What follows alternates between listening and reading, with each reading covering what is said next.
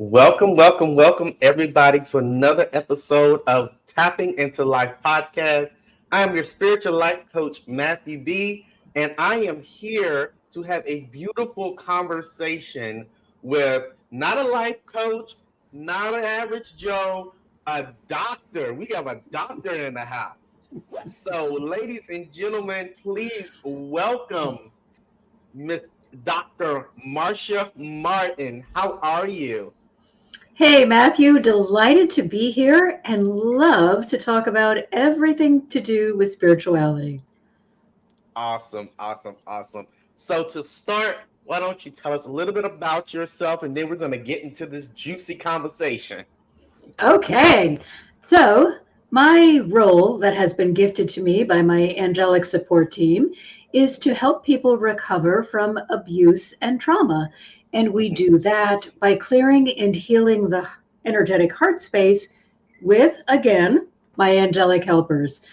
So I spend all of my time in that spiritual space and have really come to know it as my best support system. So I always want to share with people you are never alone, even when you feel as though everyone has deserted you and you're last man standing. You are not alone.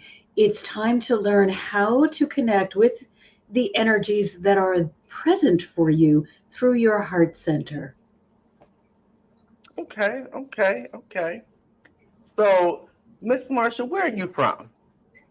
I'm in Los Angeles, California. Okay. So we have LA in the house, everybody. And she is the founder of the Heart Healing Foundation. Tell us a little bit about the Heart Healing Foundation. The foundation exists to support those who have been subjected to abuse or trauma or violence of any kind. And we help you with inspirational, educational, and spiritual materials and also offer counseling. Because our goal is help you to rise from that place of victimhood to a place of victory. We understand that when you clear and heal the heart, then your life will transform. So our mission is to help you get that life transformation happening, to be empowered, to be able to move through life with confidence. Okay, all right. So when you say victim, and I want everybody to understand that being a victim does not necessarily mean that someone inflicted some sort of uh, traumatic or violent hurt or pain against you, but it also could be the experience in which you grew up, the trauma that comes with it. It could be like the neighborhood you grew up in. It may not have been a safe neighborhood. It could be a bullying in school. So when during this conversation, when we use the term victim, it does not mean that somebody physically hurt someone, but like I said, it could mean you know the experiences, the effect of the trauma. So Miss Marcia, when we say the heart, and we say the heart, what does the heart mean to you? How would you define the heart?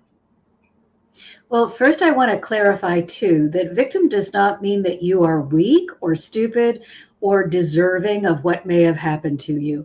Oftentimes, we are wherever we are, and something happens that causes us to really be uncomfortable. That is what the Heart Healing Foundation is here to support you moving through. It doesn't matter why you were there. We want to stop you from re-experiencing it by teaching you how to be fully present and confident in your world instead of feeling small and unworthy.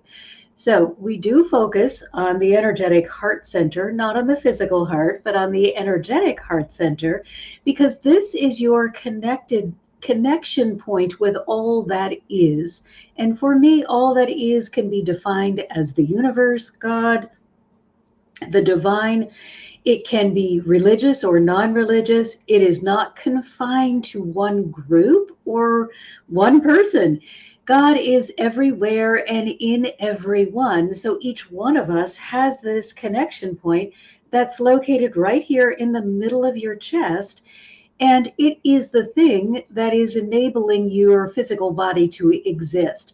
So when you begin, it's generally quite small because all of the experiences that you've had through your lifetime may have encouraged you to cut yourself off from divine support. You may have had bad experiences with religion, or no experience with religion, or just feel uncomfortable with the whole concept. And so you start narrowing yourself down, looking at the outside world and using the outside as your decision whether you're okay or not.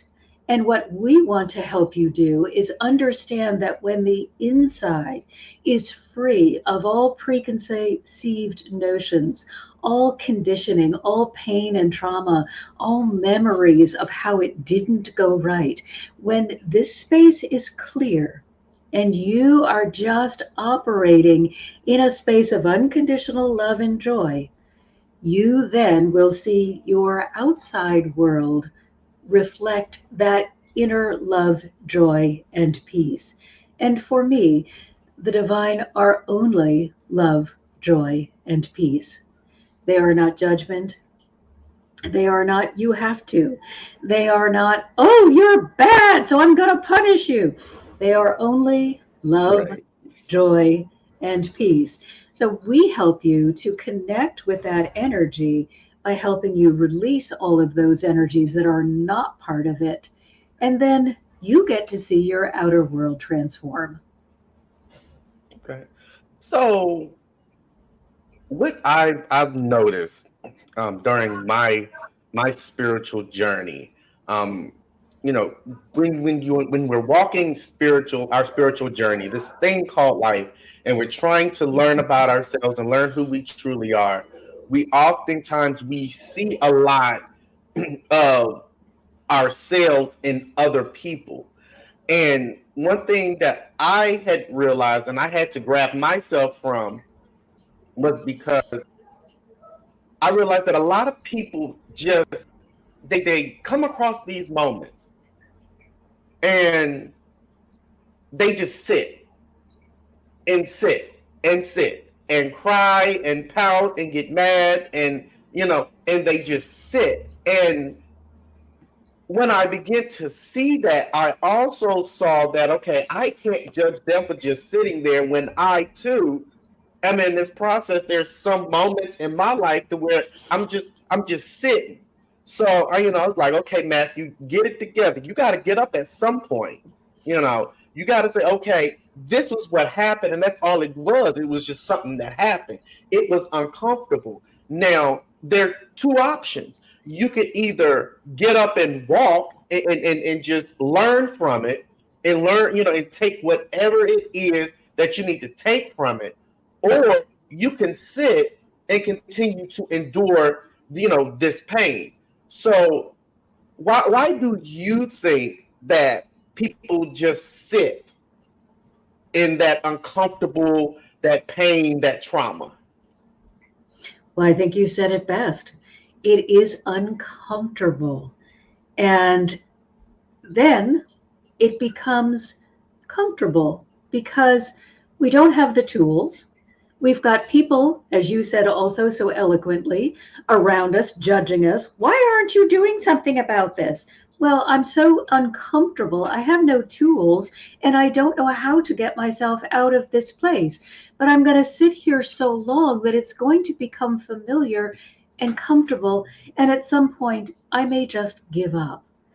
So I think it's so important that those of us who may have be beyond a point of pain at the moment. I mean, we always go up and down. So, those are, we have that our point where, okay, we're getting squeezed and getting the lesson.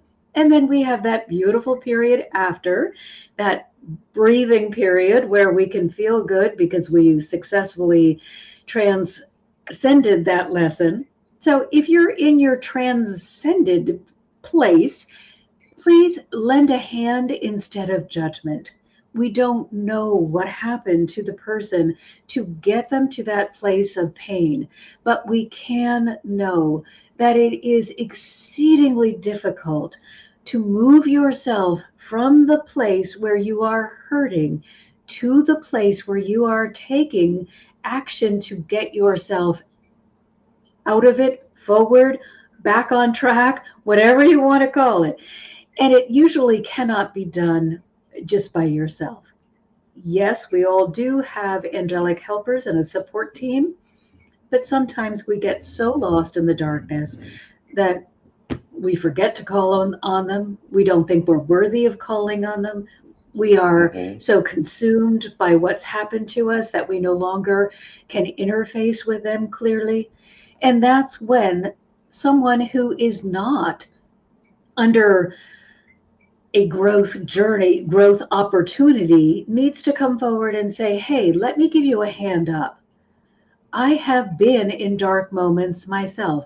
I'm not in one right now, so let me help you. Because when I help you, maybe you'll help me when I go back into mine. Because life is one big journey of growth.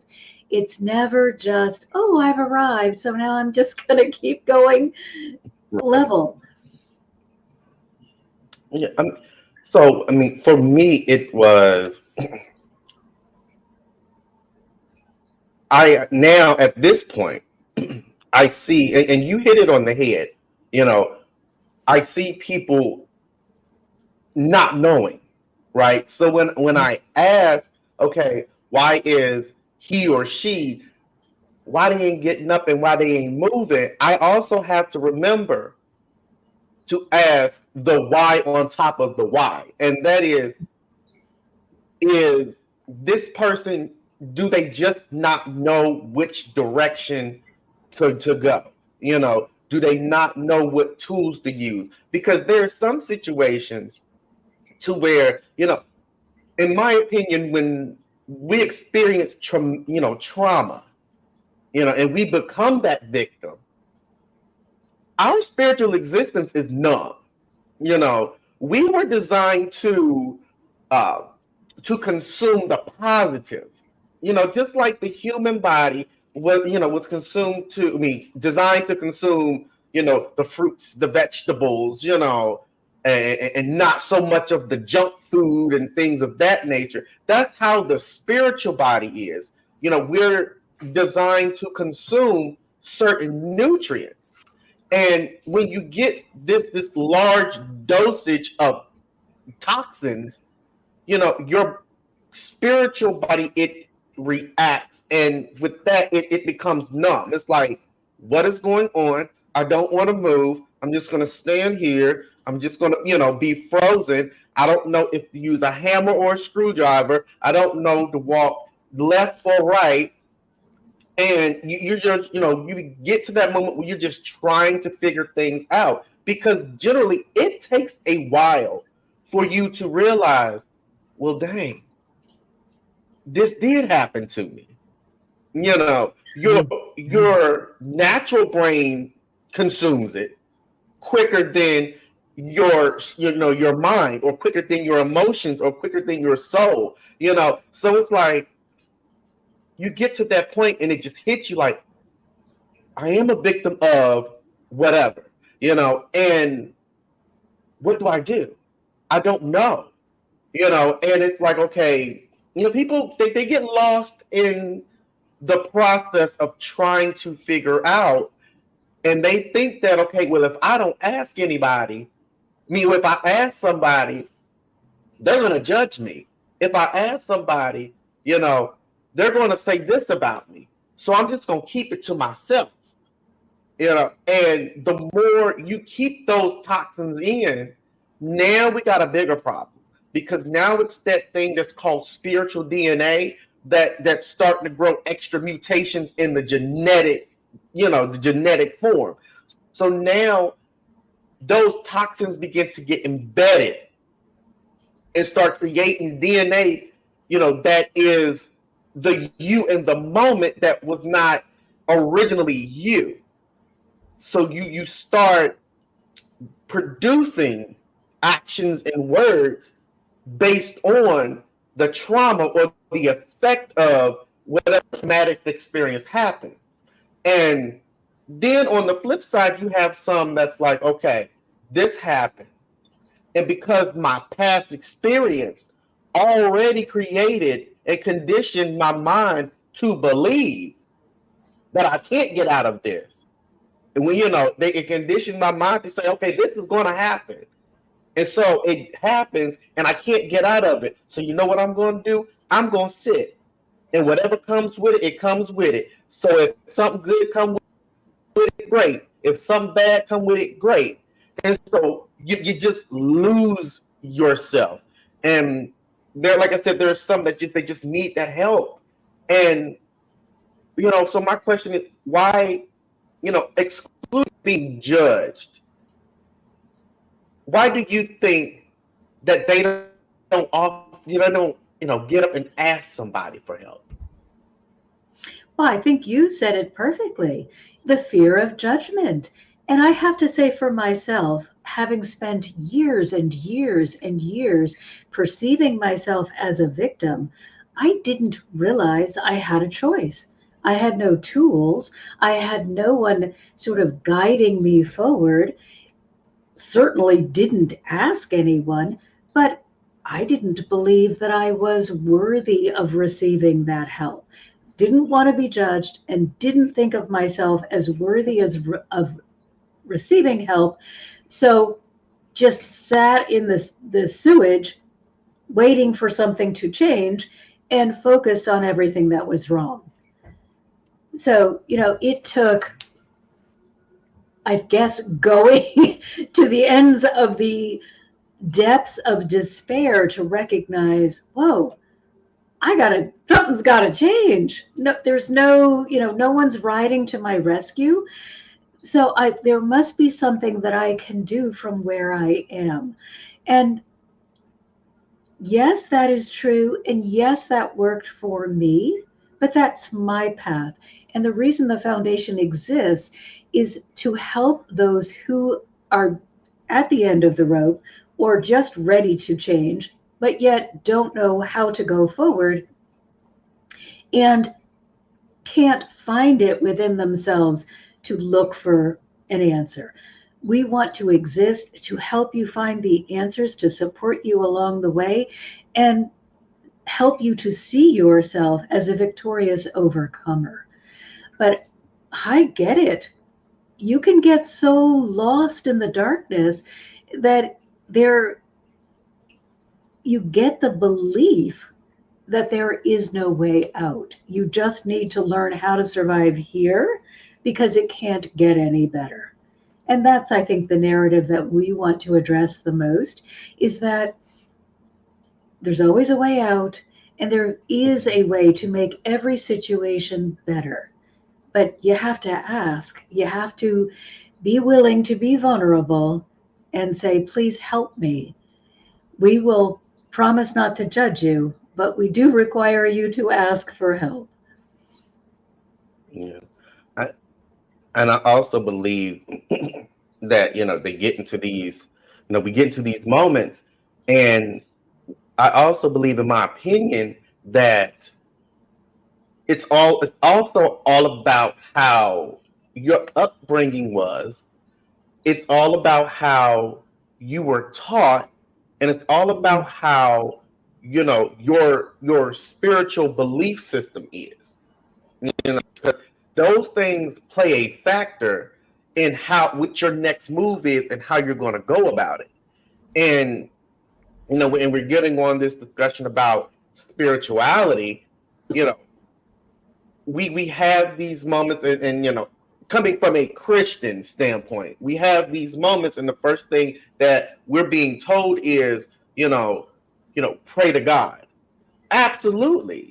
From a Christian standpoint, that is okay. Yeah, that makes sense because we're in this situation and we don't know which way to go. But what is not being told is when you pray to God, God is going to give you the same answer that someone who does not believe in God does. There's going to get those same answers too. So it's going to be like, okay, understand what has happened. Understand how it affects you. Understand if you played a part in it. And when I mean you played a part in it, it's not necessarily mean that you did something wrong. You could have played a part in it by just being in an atmosphere that it was happening in, and, forgive yourself, do the work, begin healing. He's going to give you those same answers. And there were moments in my life I'm like, okay, God, help me get from point A to point B without giving up. Give me the strength and the energy, because it's like, okay, I don't know which way to go. And when he took me from point A to point B, but it was literally understand what is happening, understand how it's affecting you. Take the time to process it, because we're so quick as humans to say, okay, you need to be waddling around in this forever. But we never ask the person, what's stopping you? We never ask that person, do you need any help? Do you want to talk this over, over a cup of coffee?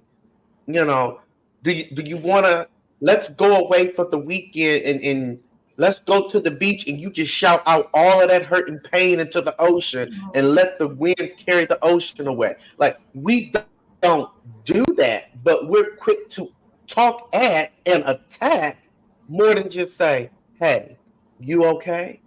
Is everything all right? Do you need somebody to talk to? Because like you said, there are people that's just not, they fear of being judged, and unfortunately, not a lot of us take the time to create a safe space. So when these events happen, they can go to friend A over here, or friend B, or brother or sister, or mommy or daddy, And when people say, well, why is she still doing it? Why is she still going through that? Well, if you're the friend, did you create a safe space? If you're the Yes. parent, did you create a safe space? Because 9 times out of 10, they gonna still shut up when they realize that there's no safe space. So we have to create this safe space and say, hey, you know what? I may not understand exactly what you're going through, but I want to share this space with you to where you feel comfortable enough to yell it out, to cry it out, to talk it out. And we have this conversation because I don't like seeing you in this headspace. I don't like seeing you down. So what is it that I can do to help you, heal from this and overcome this challenge? And one thing that I really get from a lot of people, including myself, that have gone and are currently going through this, is that thing called fear. Now, that thing called fear is that, baby, that's the word, that's like your mortal enemy right there. That thing called fear, it will keep you right where you are. It will not let you breathe. It wouldn't let you eat. It wouldn't let you look to the left or to the right. It will keep you there because you're so afraid that somebody or some group of people are going to judge you. And it's like, okay, well, at the end of the day, they don't necessarily know everything you're going through. They just know a fraction of it. But So unbeknownst to true. them, unbeknownst to them, what are they going through? Because, someone who is quick to spew judgment out of their mouth, 9 times out of 10, they going through something. But I'm like, they never made an effort to try to go from point A to point B. They just sitting here saying, you know what? I ain't got time to fool with this. I'm going through it. I'm just going to let it play itself out. So if that means that I am spiritually scarred in the process, I'm just gonna let it play itself out. But I'm gonna go over here to Betty Sue's business, and I'm gonna mind Betty Sue's business, or I'm gonna attack John for doing this and doing that, and why this and why that. And to me, that's like when I see people do that, it's like, okay, so yeah, such and such experienced this. They're going through this moment. What are you doing? And I'm not the friend that you want to have a conversation with about somebody else and what they going through if you and I are not going to put our heads together and help this person out of it. Well, thank goodness for you, because yeah, it's very difficult to find a safe space. And I know for me, certainly recognizing that I needed to be responsible for where I was and how I had gotten there was a very bitter pill to swallow. And if there had been a safe space friend who could say, okay, you know what? Yeah, you made some bad decisions along the way, but you're still here. You're still trying to make a difference. You are still contributing in every way you know how. I think it would have softened the blow for me so much that I would not have wanted to continue in this I'm worthless and don't have any tools to make it better kind of scenario. So I 100% support you in that. Let's be the safe space for someone who is hurting. If you are in a good place, be the safe space for someone who is not. Mm-hmm. Mm-hmm. And I also, you know, when I'm talking to people, I have in my journey, I've come across people and I've had these beautiful conversations with people, and they, for some reason or another, they felt comfortable with sharing those personal moments that they would not normally share with anybody else. You know, I mean, and I've had, especially with, you know, having jobs and you come across a coworker and then you and the coworker, y'all work in the same shift, y'all have that conversation and he or she says, well, you know, I've been through this and I've been through that. And I'm like, okay, and hey, what they got to do with your now? You know, And how about, and wow, how courageous you are to have gotten through all of that and still be mhm, here doing your best or trying to do your best. right, right. Because for me, it's like, okay, what does that have to do with your now? Like, everybody has a story. Everybody's story has not been peaches and cream. Some people they done ran in potholes. Some people done ran in ditches. Some people done ran over a tree. Everybody has stories. I got a story. So who am I to judge your story when my story ain't white as snow? Like, who am I to do that? And and you can tell that they're still affected not by the details in that situation, but by the fact that they are scared of letting go. And Mm. when I have these conversations with these people, I'm hearing them, but I'm also focused on, like, okay, well, if you got your stuff together, why are you still allowing this to dictate how you present yourself in the present? You know, and what I had to learn, it's not that they can't let go, because they can. They're very capable.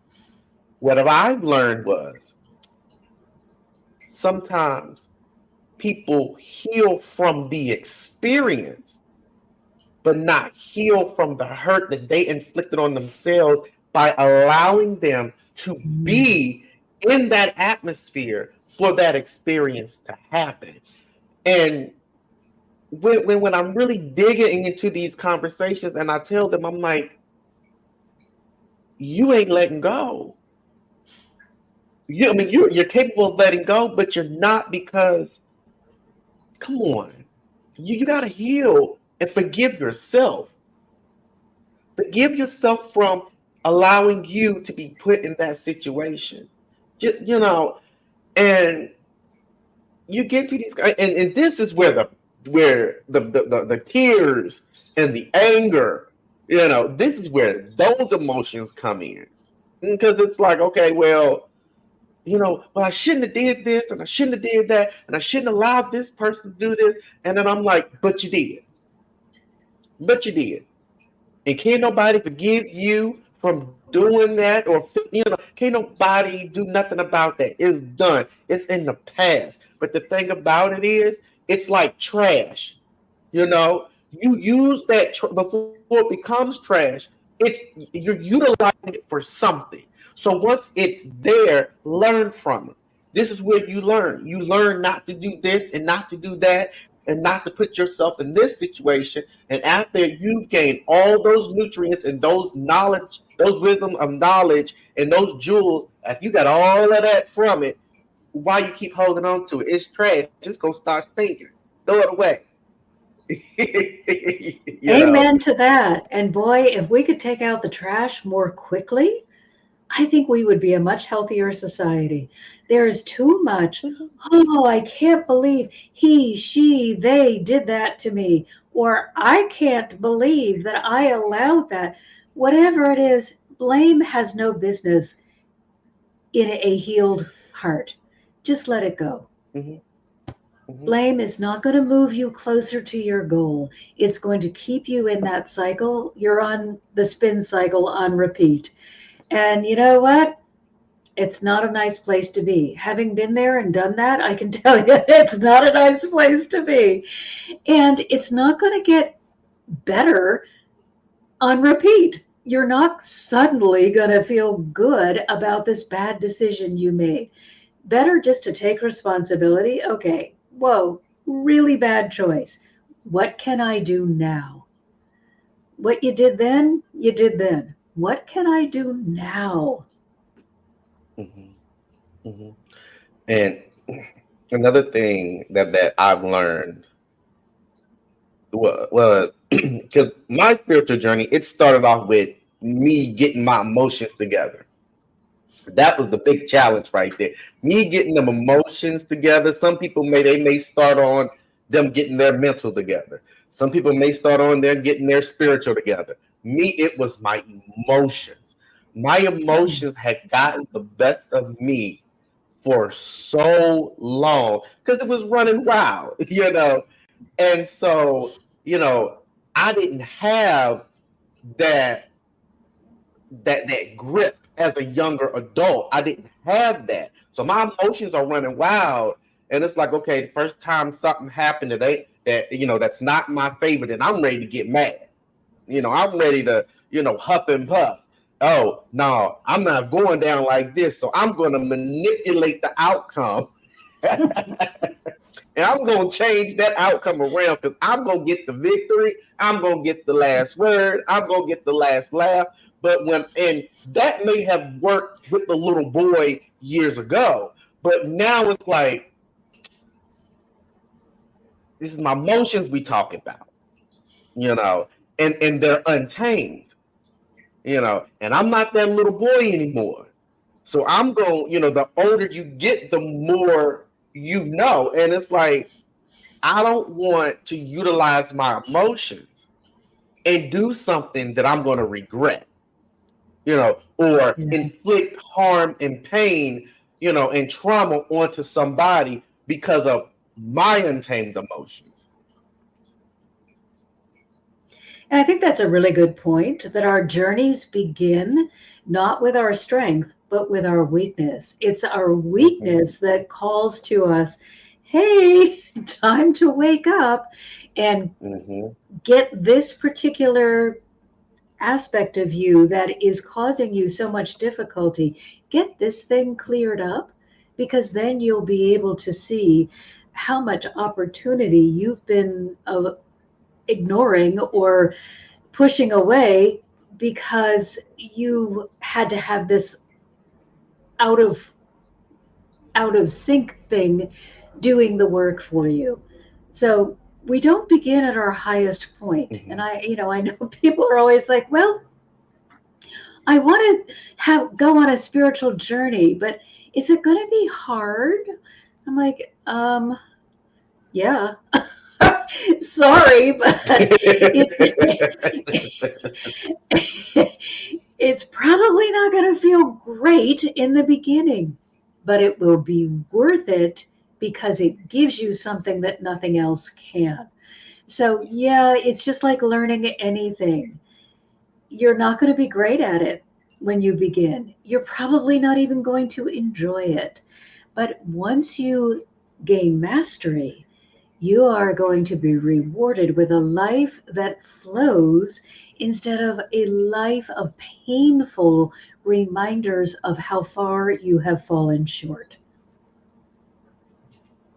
And it's funny um, that you said because people automatically expect the good to always be present first.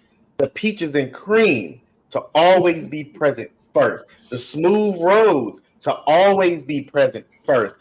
And when you ask, well, is it going to be hard? No. You're like, don't ask that question. Ask not That's if it's going to be hard. Ask yourself, are you ready for whatever comes? Because they're going to be uncomfortable moments. And then it's like, okay, you don't want to scare the person from growing. So we use the terminology uncomfortable moments. And then, okay, so now they're thinking, okay, it's just going to be a push here and a tap there and a bump here and, a little nudge there. And it's like, no, that's not it.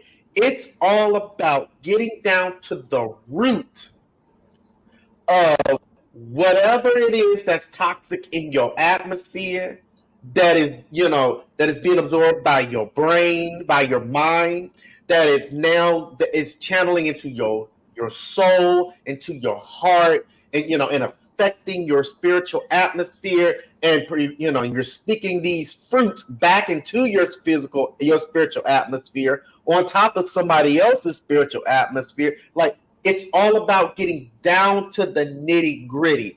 And for some people, they don't want to do it. For some people, it's,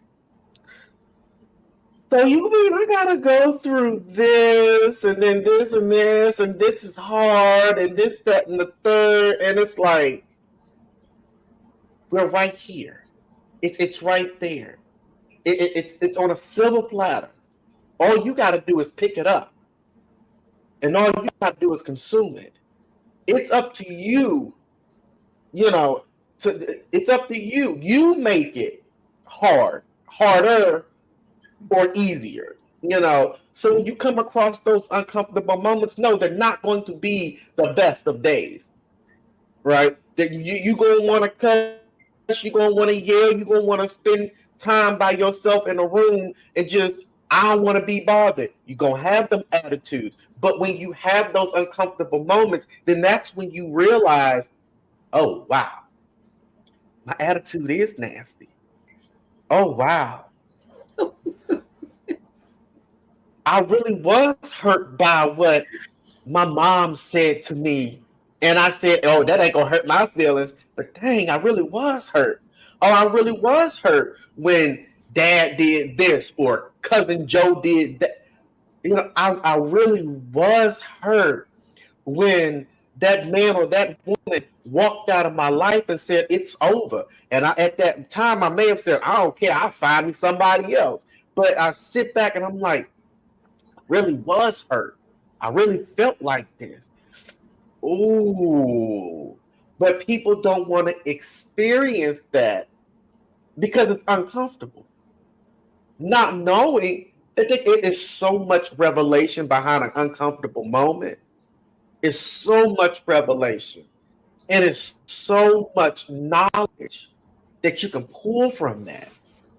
But we don't, we don't, a lot of us don't take the time to assess and do that. So when we get into that relationship in the future and we realize why it didn't work out, and you go on to the next one and you realize why it didn't work out, and then you go on to the next one and the same thing happens. So now you got kids and now you understand, you trying to figure out why you in the relationship that you have with your kids, it ain't that. It ain't a strong relationship. We always fighting. We always bickering back and forth. He is disrespectful. She is disrespectful. Then you go to your job and you wonder why you got a problem with someone giving you direction. You wonder why you got a problem with being dedicated and devoted and committed to a job. You wonder why it's just a job and not a career. You wonder why you're in this mindset to where you going somewhere and like, I'm just here instead of enjoying it. Why? Because all of this stuff is now fruit being bared from your soul by way of what it took to bear those fruit. It's just like you have a tree outside. Now, one of two things gonna happen. That tree is gonna die or that tree is gonna keep growing. So when that tree start producing fruit, you look at it and it's like, that ain't the shiny, it ain't the best quality apple. That apple don't look like the apple brown looking. And you assessing the fruit and you realize, okay, yeah, it had some nutrients, but it had all the nutrients. And if it had all the nutrients, whatever else was within it, like what else was absorbed from the roots? And sometimes it's those daggone toxins. Like, look, get rid of the toxins. Analyze your dirt, okay? Like, make sure, and that's your spiritual atmosphere. That's where your dirt is. Analyze it. Is it rich in nutrients? Does it have what it takes? Is it going to help your spiritual immune system? Is it going to help you produce these fruits? Because there's going to be a moment in time, somewhere down the line, where your fruit is going to be bared and it's going to be shown. And people are going to look at your fruit and automatically know there's some stuff with you that you need to take care of. There's some stuff with you that you have not realized. There's some stuff with you that, you thought that it wasn't going to affect you, but it is now intertwining with your spiritual DNA. And it is to this point, it is no longer a dormant infection. It is a viral infection, and it is affecting you more ways than one. So you think the life that you live is, I got it. I ain't worried about nothing. I ain't never gonna change. That's the sound of someone who got to change something. It's the sound of someone. Those are the words of someone who got a lot of spiritual healing that needs to take place. And that, and their angelic supporters need to tap them on the shoulder. Hey, baby, come here for a minute, sugar. Come here for a minute, sugar. Come on now. Now, we're going to sit right here. And we're going to have us a drink. And we're going to have a conversation. Now, you're going to have water because you got to flush a lot of toxins out, okay? So we're going to have this conversation because what you think is, that ain't really is. Here's how it's going to play, and it's up to that person at that moment to say, they right. I need to get me together.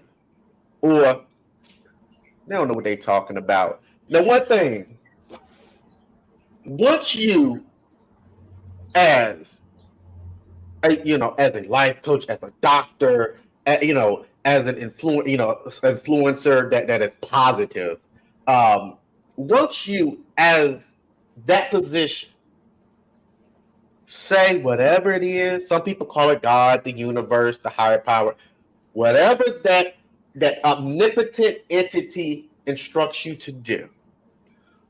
Once you do that, and that person is still being hard headed and saying, eh, whatever, it's out of your hands. And whatever happens, it happens. And I think that is one of the only drawbacks to this profession is I can't force you. I don't want to force you, but I couldn't even if I wanted to. And so there are Mm-hmm. times when people choose not to go all in, not to invest in themselves, not to say, okay, I'm willing to look at what's going on. I'm seeing evidence outside of myself of everything that I don't want.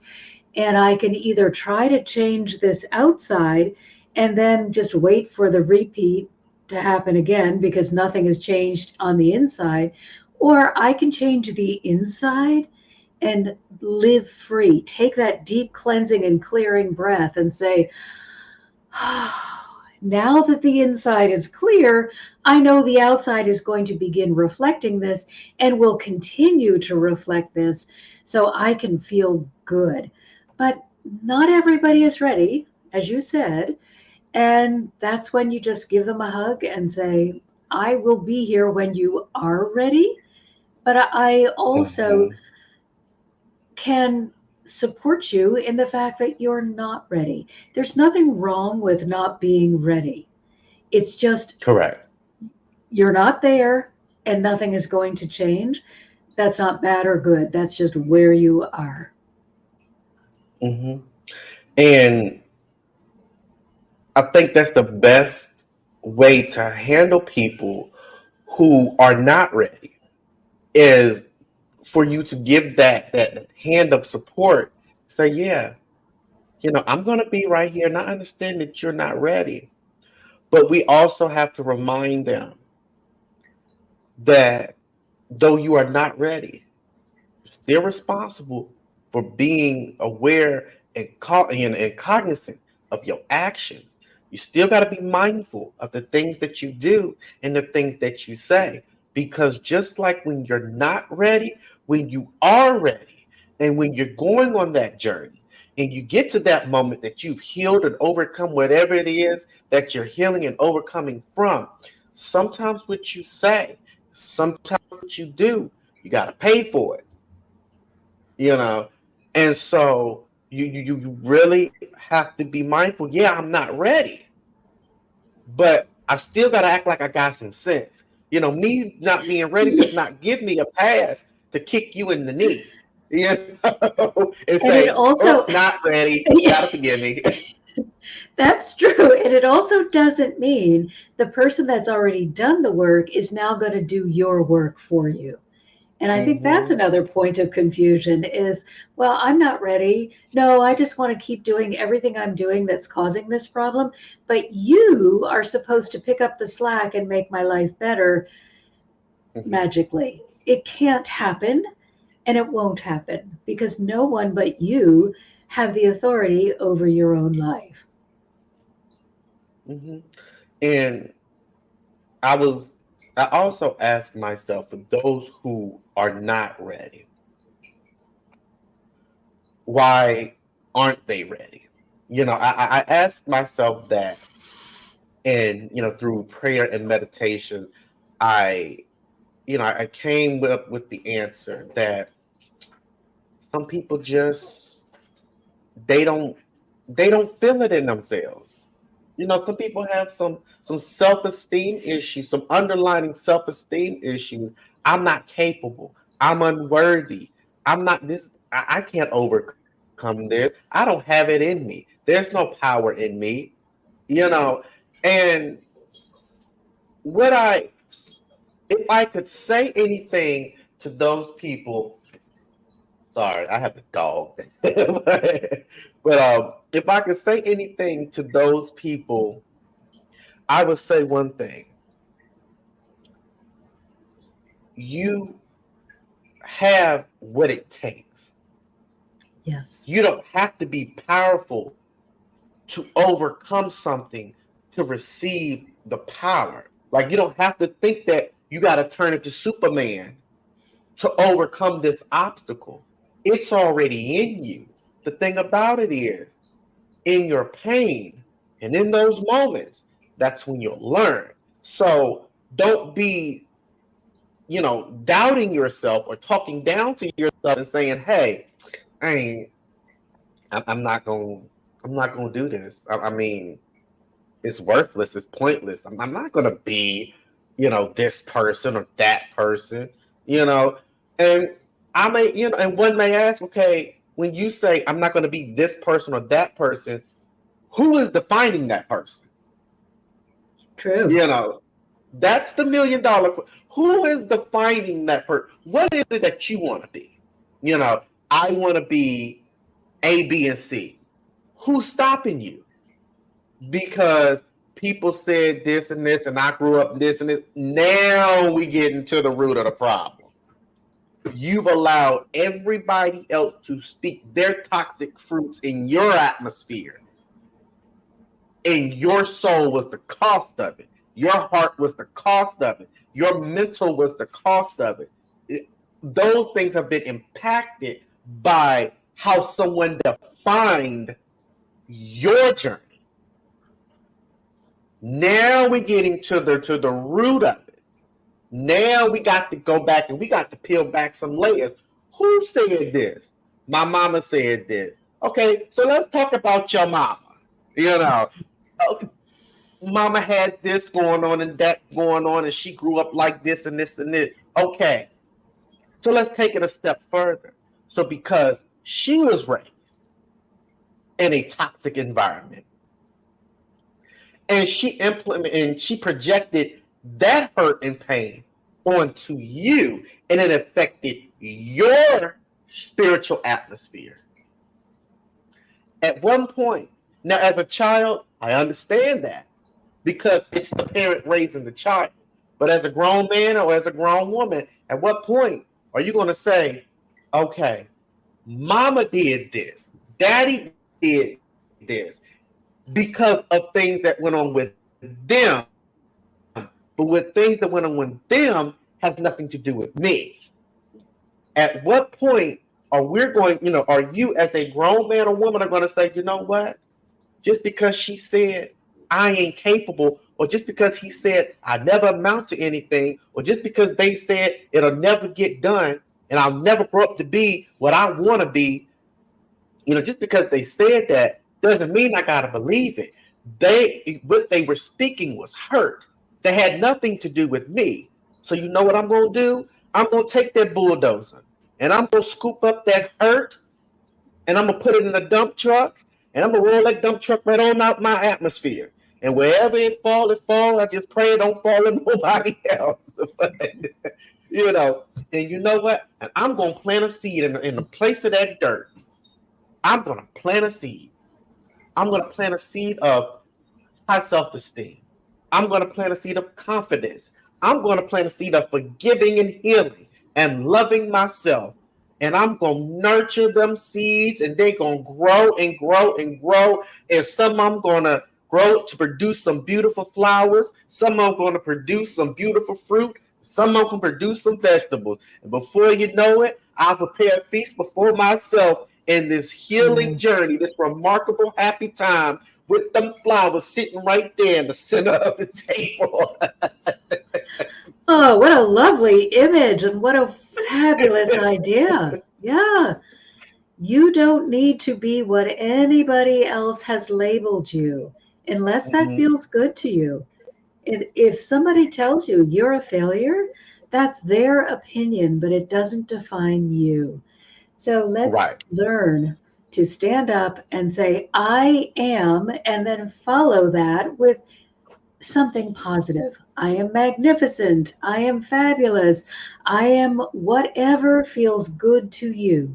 But anytime you say those two words, I am, let's remember you are defining yourself. So no more, I am a failure. I am a mistake. I am something that is negative. Use Mm-hmm. only positive, self affirming words when you are saying those two words, and you will begin sowing those seeds. And I love having flowers on my table, so I'm right Right? there with you. But you know, I think if we normalize, and since we're on this whole normalizing this, normalizing that, since we're on that trend, let's normalize not comparing ourselves to other people, because that's another one. You know, Yes. I'm never gonna amount, to this the way Jim Bob over here did, or Sally John over here did, and it's like they had their own journey with their own ups and their own downs. Now, if you want your outcome to be like theirs, be prepared to go through their ups and their downs as well. But I guarantee you, you might not be ready for it. But appreciate what is destined for you. If God sends through the universe an image of where you can be and what you can achieve, you take that and you appreciate it and you work hard each and every single day. And if you got to go through them rainy days and them stormy days, put your raincoat on and your rain boots on, and you keep going. Don't stop. Don't look over here. Wow, how this person got to here and that person got to there. Don't do it. Don't do it, because you're going to lose focus. And what is destined for you, it's going to be there, but that journey is going to now become longer because you're focusing on what everybody else is doing. So if it took this person over here 5 years to accomplish, and you've been working on something for 5 years and you haven't accomplished it, okay, all right, that's fine. Sometimes the most beautiful things in this world have a longer and more intense process. Look at a diamond. you know And I think it's great to take a moment and say, whoa, Sally just built her business to $1 million in 5 years, and mine is barely off the ground. Take a minute to say, wow, that really hurts. I'm not sure I feel good about that. And then find something that you do feel good about, because you and Sally are not the same. You don't have the same journey, and you don't have the same life lessons. So, Mhm. living Sally's life means you're not living your own. And if you can't live your own, you don't make any progress. So, you're forcing yourself in the cycle of just repeat. And it could take 5,000 years at that rate. So let yourself off the hook, off out of the spinning by acknowledging, wow, I wish I had Sally's success. And then right back into your own life. Okay, I don't have Sally's success. What do I have? And then make a list of what you have. You don't know what Sally did to get that success. You don't know what advantages she had or what disadvantages she has. All you know is that it looks good from where you're standing. So, what do you have that looks good so that you can concentrate on you and your success, and that will get you further? She may have sold her soul to get that success and is really regretting that she did. Don't envy. Instead, stay in your lane and really concentrate on what you have brought to the table, what you have developed, what you have learned, where you want to go, and what your plan is to get there. Mhm. And I was that person that, like, I'm not gonna, I'm not gonna be able to do it like this person or that person. But when I realized, like you said, somebody could have sold their soul. And I'm looking at my, and then you find out stuff. It's like, oh, dodge that bullet. Like, Right. Oh gosh, glad I didn't make that decision. right. Exactly. And I was that person who had to stop focusing on what everybody else was doing and focus on what I'm doing. And I think at a younger age, my mom, that was, if I did not make my mom mad about anything else, that would have been it. But brothers doing it, but sisters doing it, but friends doing it, and their mama let them do it, Yeah. and see, back then you could in the mouth, so I got tired of Yeah. getting popped in the mouth. There was one too many times. But I learned how to focus on what I'm doing.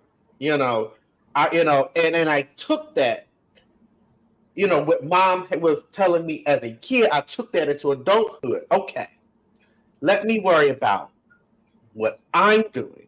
If I allowed something to happen, if it was right, if I did or said something, if it was wrong, let me focus on my feelings. So when it comes to that moment, and I'm seeing these people over here, and they got this and they got that, okay, all right, because mine is going to come. Mine is going to come. All right. And so sometimes, like I said, some things take a little more time. And that does not mean the ones that came quicker has a lesser value than the ones that takes time.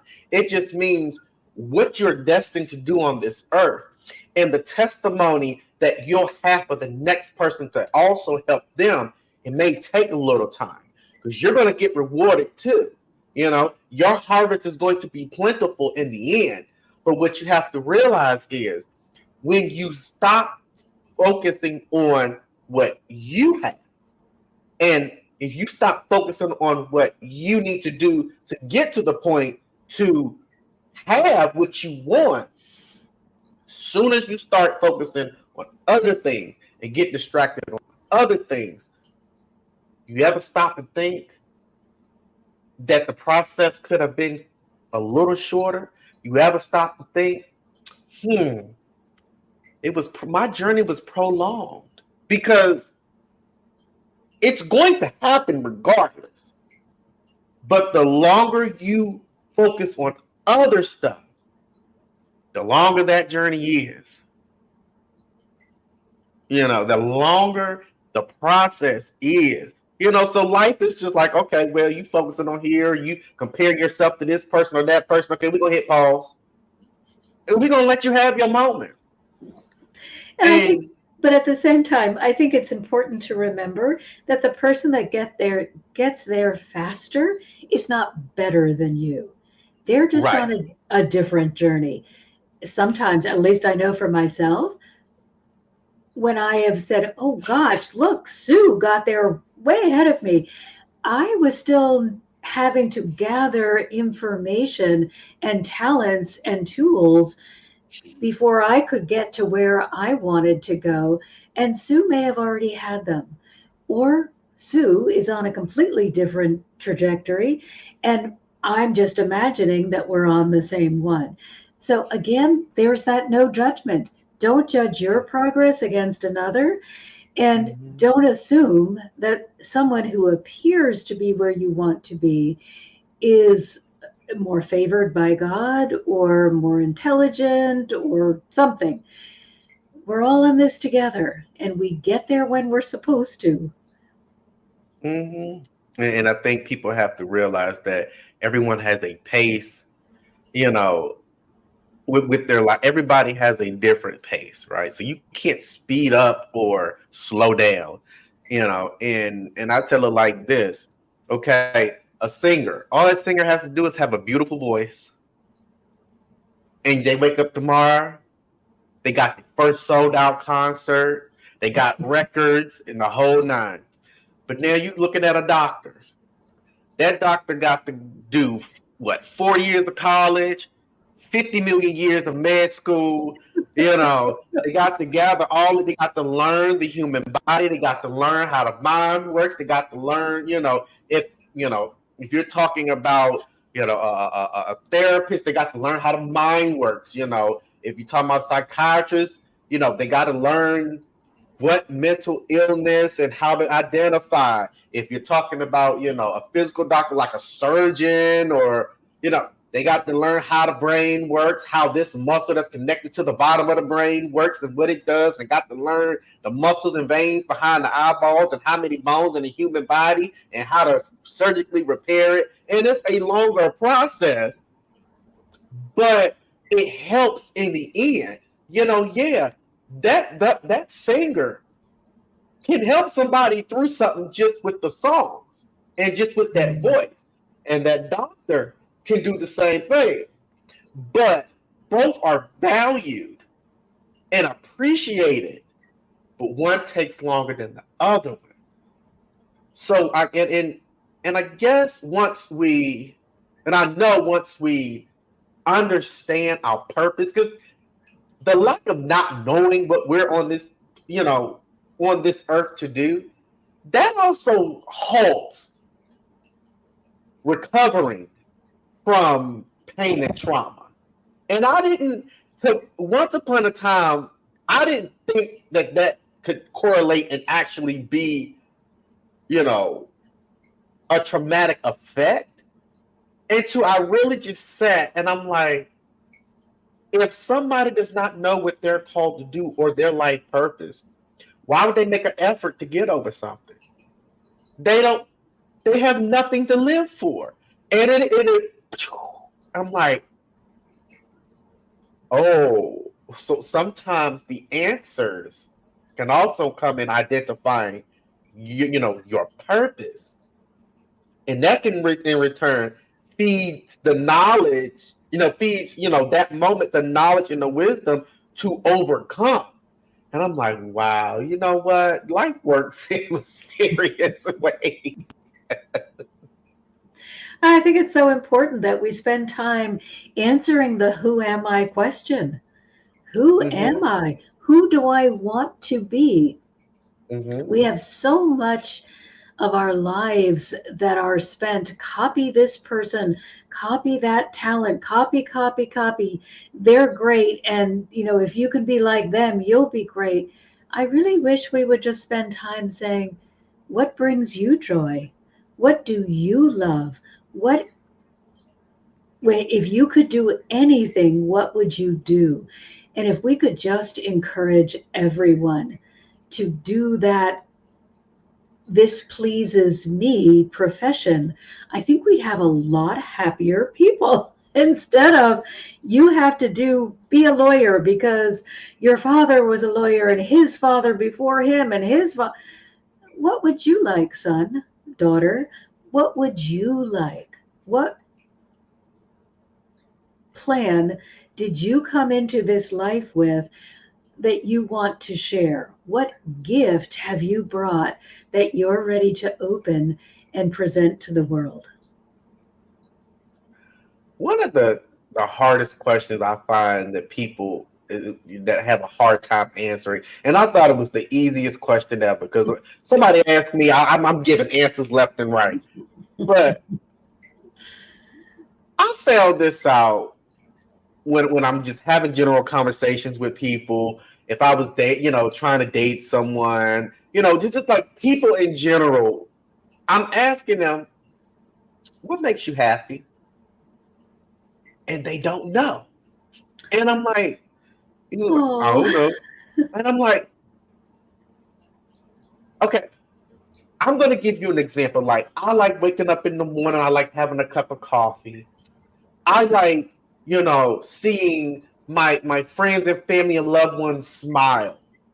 Some of the small things. And then I go into the bigger things. Like, I like, what makes me happy is feeling like I've accomplished and feeling like I'm growing and feeling like I'm progressing and, seeing someone else be happy and doing the same thing. And, so what makes you happy? And it's like, I don't know. And I'm like, how hard is that question? When But I was you, younger. yeah, but you're bringing out a really fabulous point. How can you be happy if you don't know what makes you happy? And why are we not teaching that as part of every year curriculum, every year in school? What's going to bring you joy? What makes you feel good? What makes you happy? We need to teach our children how to find that. I mean, think about when you're two. When you're two and everything is new, everything brings you joy. The Right, butterfly, the puppy, the kitten, the bird, everything, the flower, especially dandelions when they become wish flowers. Oh my right. gosh. Hello. Why are we not being taught or encouraging each other to go back to that time and be as little children and find wonder in the world? Why are we leaving that on off the table? Mhm. I mean, but that in that moment, it was a very, it was strange. Like I'm like, did I cuss them out? Like, why they ain't answering? Because to me, because it came so easy to me, I thought that that was one of the easiest questions, that everybody can answer. I didn't think that, there would be so much pause in knowledge and lack of knowledge of what makes somebody happy. But and then one thing that you said, how it could be, you trying to be like the next person, and it's like, okay, so people's like, well, I'm me, I'm my own person, ain't nobody like me. I'm my own person. How? When you don't even know what makes you happy. Here's why. Because Right. that's part of. Mhm. Yeah, I think that's a problem for us too, is everybody wanting to be unique and yet copying the other person because they don't know who they are. Mhm. Oh, I'm my own person. Well, who are you? Right. And and Whoops. what people don't realize is, if you don't know what makes you happy, you don't know that part about your identity. Not your physical identity, I'm a male, I'm a female, I'm black, I'm white, I'm, short or tall. I ain't talking about that. I'm talking about that spiritual identity.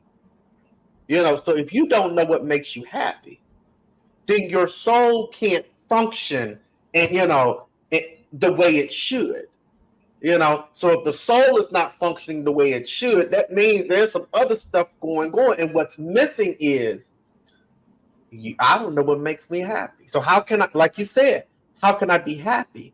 Because the soul works best on happiness Yes, and it peace does. and love and joy and kindness. The what I call the positive traits. Now, if you do not know what makes you happy, what brings you joy, what brings you peace, how can you utilize something or expect something to be present when you don't even know nothing about So it? true. And let's remember, I mean, I get a lot of joy, and as I'm sure you do as well, helping others. But I was Hmm. very out of balance before I began this spiritual journey because I believed I should be a helper, but never be helped. So that imbalance created a lot of unhappiness that I was not able to identify. So I think balance is also something that will bring us greater happiness if we allow ourselves to be both givers and receivers. We're in that beautiful place of balance where God resides, and that's going to support us more than all of the money or all of the attention or all of the anything. Hmm. Yeah. I had that moment too. I had a lot of moments. Lord have mercy. I had that moment too, to where I was so used to giving, giving, giving, giving. And then that moment comes and I'm mad and I'm angry and I'm crying and I'm upset and I'm gonna punch a hole in the wall. And then when I ask myself, why am I feeling the way I'm feeling? And it's like, you give, but do you give to yourself? Nope. And it's like, you know what? So I had to learn the definition of the word no, because apparently I didn't know it. I had to learn no. Can you help me? No. I had to learn how to take some of my hard earned money and go and take myself out, and drive myself to the park or drive myself to the beach and just sit by myself and have that me time and ask, hey, Matthew, you okay? Yeah. If you're not okay, we need to have a conversation. And that's another important thing. That me time, I don't care if you got kids, family, whatever. You have to have that time to yourself to to assess yourself. And it has to be more often, than we think. Because, okay, yeah, we have those responsibilities of being the parent, being the husband, being the wife, being the son. We wear all of these hats, but at the same time, we can't be the best those if the balance is not there, So, mhm. And I think there's two sides to that. Are you so busy that you are on purpose because you're avoiding that conversation? Or are you Mhm. hiding, doing nothing again because you're afraid of that conversation? So if you see that you're hiding from yourself either by not doing anything or by being too busy, it's time for you to meet in the middle and have that soul to soul talk with you to say, what's wrong? Why are you not able to honor and love and accept yourself? Mhm. Yeah, you know, and me being a spiritual life coach, I get a little down in the dirt. I want to look at the roots of a lot of things when it comes to helping people, and identifying things in a person. And one thing I've always said is you got to put forth that effort, and you have to have that open mind, and stop being so scared of failing, Mm. because you are already failing if you don't try, if you don't put forth that effort, and I just realized that, just like each, we say each and every one of us has a different pace. Well, I have to understand that I have to work and help people maneuver when their paces are different.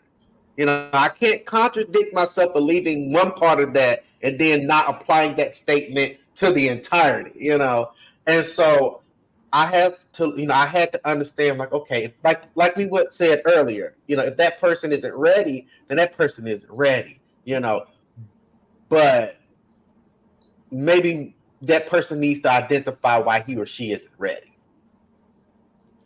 Always a good idea and should be encouraged, but it's okay. Again, if you're not ready, don't be afraid to admit it.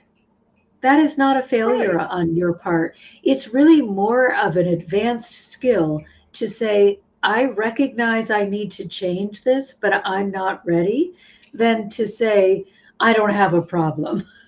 So you are further ahead if you're able to recognize what you are doing to sabotage than if you are just in the land of denial.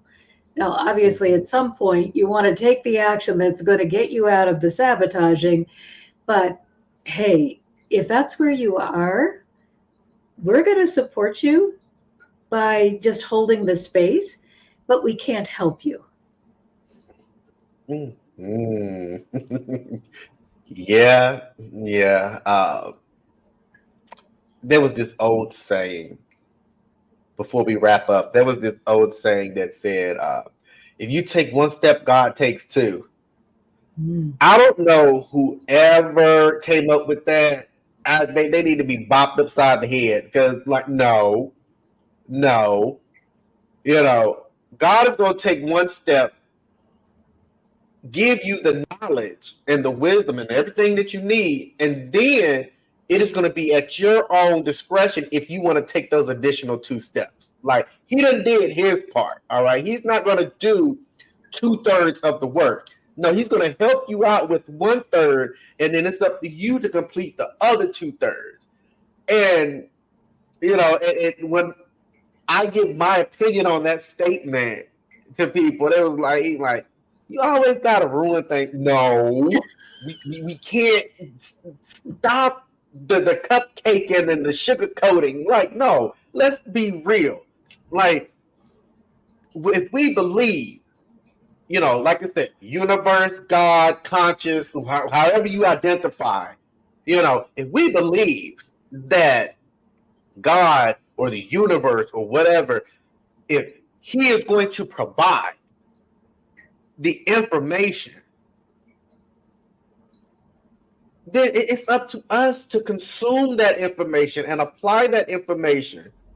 You know, and I tell a lot of people, I'm like, when have you ever prayed to God that God increase your finance and all of a sudden you got $10 million in the bank account? When have you ever said, God, I need a new car, and all of a sudden somebody done bought you a car? If that things have ever happened, that's 1 in a million chance, and you ain't that one. So here's what's gonna happen. God is gonna give you every bit of knowledge to get out there, apply for a job, save up your money, learn how to manage your money, you know, um, learn how to fix your credit score, or before you know it, by the time you've gotten whatever it is that you prayed for, you would have done 90% of the work. I'm like, so when that moment had happened, because it was based on a true situation where, God, I need this, God, I need that, please bless me with this.